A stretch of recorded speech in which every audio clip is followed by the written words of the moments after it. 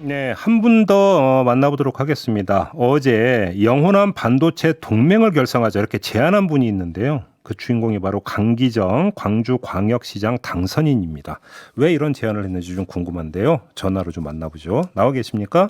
네, 안녕하십니까? 네, 좀 늦었지만 일단 당선 축하드리겠고요. 감사합니다. 예, 어떻게 좀 준비는 잘하고 계십니까? 네, 인수위 구성해서 하나하나 그 미래 계획을 세워가고 있습니다. 알겠습니다. 근데 오늘 모신 건 이제 반도체 문제니까 이쪽으로 좀 집중해서 질문을 좀 드릴게요. 네, 예. 영원한 반도체 동맹이라고 하는 개념을 이제 그 제안하시는데 이게 어떤 구상인 겁니까? 일단은 근본적으로 균형 발전 없이는 지방자치단체, 특히 남쪽 지방자치단체, 네. 수도권을 중심으로 하는 북쪽과 남쪽의 지방자치단체는 거의 살 수가 없는 상황이 된 것 같아요. 네. 그래서 결국은 수도권 집중을 막아야 되겠는데, 네. 지금 이제 수도권 집중을 막기 위해서 균형 정책을 노무현 정부 때도 했고 우리 문재인 대통령 시절도 했는데 지금은 산업 정책이나 교육 정책을 통한 균형 정책을 쓸 수밖에 없다. 그래서 그거에 맞는 것이 반도체 아닐까. 그래서 반도체를 중심으로 지방을 살리자 이런 취지입니다. 그러면 동맹 그 구체적인 내용 내지 청사진이 어떻게 되는 겁니까? 일단은 현재도 광주, 전남, 전북 3개 지자체와 대구, 경북, 그다음에 부울경 이렇게 8군데가 지방협의체락에서 이렇게 모여 있어서 현안들을 논의하고 있더만요. 예. 근데 이제 그것을 그렇게 느슨한 걸 넘어서서 국회의원들도 좀 결합해서 지자체장과 국회의원들이 사활적으로 지역 소멸을 막자, 네. 지역 발전을 이뤄가자 이런 취지의 어떤 강한 좀 수도권의 이 대결에서 강한 동맹을 맺자 이런 취지입니다. 그러면 예를 들어서 이제 반도체 산업 클러스터나 이런 것들을 좀 뭐 영남과 호남에 이제 고르게 이제 유치할 수 있도록 같이 노력을 하자 뭐 이런 얘기 이런 것으로 좀 이해를 하면 될까요? 그렇습니다. 원래 제가 이제 이재명 후보 때 제안을 했던 것이 예. 영호남이 함께 광양 진주쯤 했다가 당시에 미래 남부 수도론을 이재명 후보가 이야기할 때 남부 수도론의 핵심을 반도체 첨단 도시를 만들자. 광양과 진주쯤에 만들자. 그 당시에 마침 국회에서 첨단 산업 지원 특별법이 통과가 될 쯤입니다. 예. 올 초에요. 예. 그래서 국가가 선투자하는 이런 첨단 도시를 만들어내면 수도권 집중이 좀 막아지지 않겠냐. 이런 취지를 이재명 후보 때도 제가 그 이재명 후보하고 얘기를 나눴었고, 예. 이제 이 동맹도 어찌 보면 우선 호남이냐 영남이냐가 중요하기 전에 수도권이 아니어야 된다라는 취지의 포인트가 가 있습니다. 아, 그렇군요. 근데 지금 오늘 이제 그 윤석열 대통령이 강하게 주문했던 반도체 인력 양성 문제 있지 않습니까? 네. 그 이제 질문 좀 드리고 싶은데 이렇게 되면서 이제 교육부가 정원 확대 이야기가 나오던데 근데 정원 확대가 수도권 중심 대학으로 가버리면 이거 문제가 더 심각해진다라는 이야기가 그러니까 그 다음에 따라붙었거든요. 지금 당선인께서도 같은 문제의식을 갖고 계신 거죠?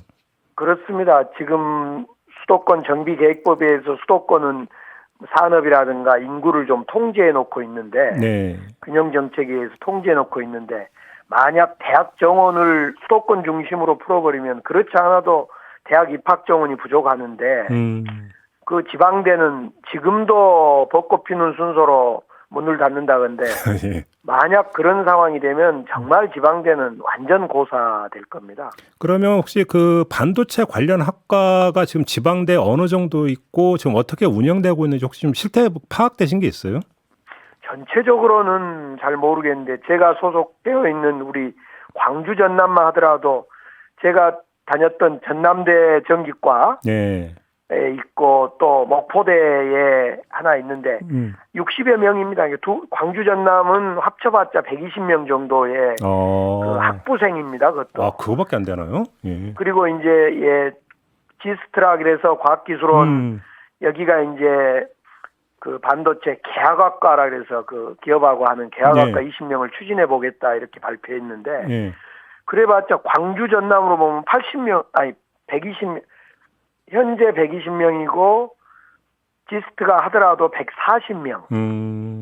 뭐 이 정도고 140명도 지방에서는 졸업해서는 이 취업이 잘 안 되니까 뭐 수도권에 밀리다 보니까 그나마도 뭐 과를 이탈해버리거나 어허. 중간에 그만두거나 이런 실정이라고 봐야죠. 그러니까요. 지금 오늘 나온 뉴스를 보니까 반도체 관련 학과를 다니던 학부상의 중도 탈락자 비율이 전체에서 지방대생이 차지하는 비중이 71%더라고요.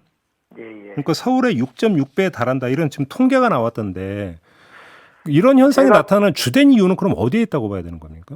결국은 이제 지금 반도체 인력은 주로 삼성이나 SK 이런 하이닉스에서 수요처가 네. 되는데 일자리가 되는데 예. 제가 청와대에 근무했던 19년, 20년에도 그런 일이 있었는데요. SK, 삼성 이런 데서 계약학과를 만듭니다. 그 기업의 인력을 공급받기 위해서. 네. 그런데 그때 수도권 중심 3개 대학만, 고려대 등 3개 대학만 한 60여 명으로 계약학과를 만들었는데 그때 제가 우리 기업에게도 그렇고 교육부에게도 그랬고 지방도 좀 해보자. 제가 다녔던 전남대 같은 데도 좀 계약학과 좀 만들어보자 그랬더니 그쪽은 기업은 눈길을 주지 않아요. 그런 만큼 네. 인력 수급이 없는 것도 문제지만은 지방 인력은 수급을 하질 않죠. 기업체하고 멀기도 하고 또 지방대가 그런 인력 양성의 시스템이 갖춰 있지 않다라는 이유도 있고 예. 그러다 보니까 늘 인력이 없기 때문에 산업이 없고 산업이 없기 때문에 또 인력이 없는 지방의 그 고사가 되고 있는 거죠. 그러면 결국 이게 악순환인데 그럼 이 악순환의 고리를 끊으려면 역시 반도체 사는 클러스터나 이런 것들이 지방에 조성돼야 된다. 여기서부터 시작이 되는 겁니까 그러면? 그렇습니다. 제가 이번 공약으로 광주 연남 김용록 지사하고 함께 네. 광주 연남에 300만 평의 반도체 생산단지를 만들겠다. 이걸 공약을 했고 그렇게 만들어지면 그런 생산단지 주변에 있는 대학의 학과들이 만들어지고 네네. 인력이 양성돼서 그 젊은 청년들이 지역에 머물기도 하고 또 일자리도 생기고 이런 일이 선순환되는 거죠. 혹시 이런 이야기를 내지 이런 구상을 중앙정부하고 좀 나눠보셨습니까? 현재는 이재명 후보가 당선이 됐으면 제가 활발히 좀 하려고 했는데요. 지금 통로를 찾지 못하고 있고 그래서 저는 이제 조만간에 광주시의 국민의힘 시당 이런 데하고도 협의를 하고 또 우리 국회의원들과 주말에 또 이런 문제를 협력하고 이러려고 생각하고 있습니다. 그런데 이게 이제 그 반도체 인력 양성이 그러니까 대학 반도체 학과 정원 확대로 가고 이것이 주로 수도권 대학 쪽으로 집중되는 게 아니냐라는 전망이 나오면서 어떤 그 이야기까지 함께 따라 나오고 있냐면 수도권 규제가 더 많이 풀리는 거 아니냐. 예를 들어서 공장 총량제 같은 것도 풀리는 거 아니냐. 이런 전망이 나오던데 혹시 지방에서도 그런 우려 섞인 시선을 좀 지켜보고 계시는 겁니까? 그건 엄청나게 우려를 많이 가지고 있는 거죠. 특히 우리 민주당 지도부까지도 수도권 중심으로 구성되어 있다 보니까 예. 이런 문제는 이런 수도권을 풀자라는 문제는 그 민주당의 당론임 해서는 안 된다는 균형발전 정책이 당론임에도 불구하고 개별 의원들은 본인의 지역구의 이해관계도 걸려있기 때문에 그렇죠.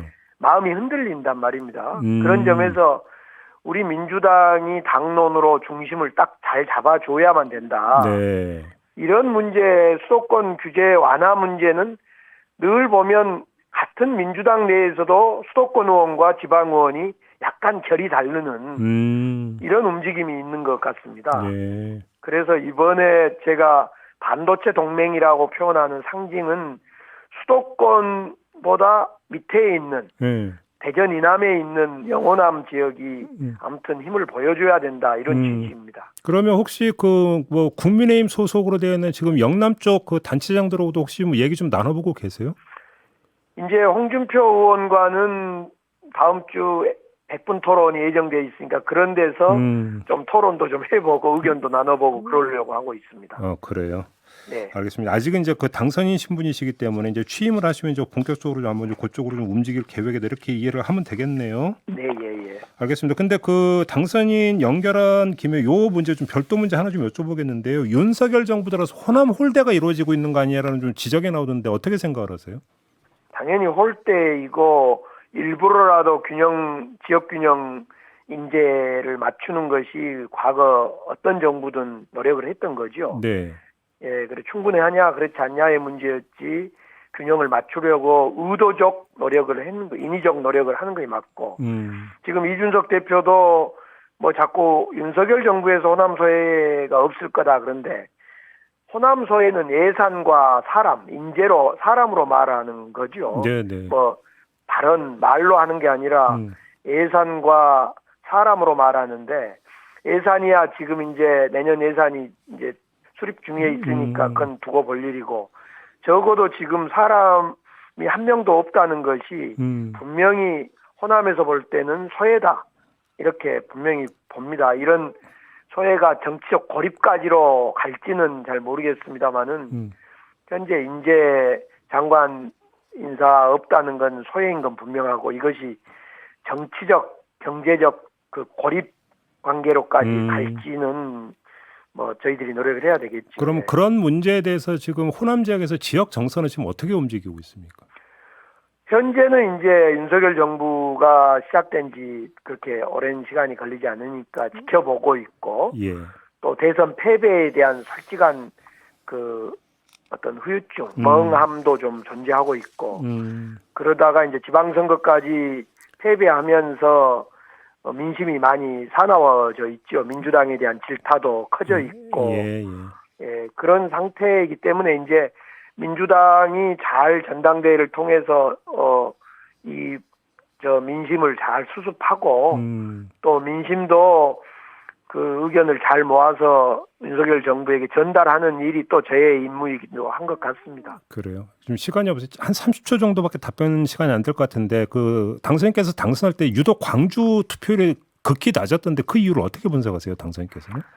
이제 하나는 그 투표할 이유를 찾지 못하는 그러니까 쉽게 말해서 여기는 예선이 치열하고 경선은 본선은 치열하지 않기 때문에 투표할 이유를 찾지 못했던 거고 또 하나는 이재명 후보에게 84%라는 1등 후보 지지율을 보냈는데 결국 패배함으로 인해서 그런 허탈감 그게 이런 것들이 작동한 두 가지 요인이었던 것 같습니다. 알겠습니다.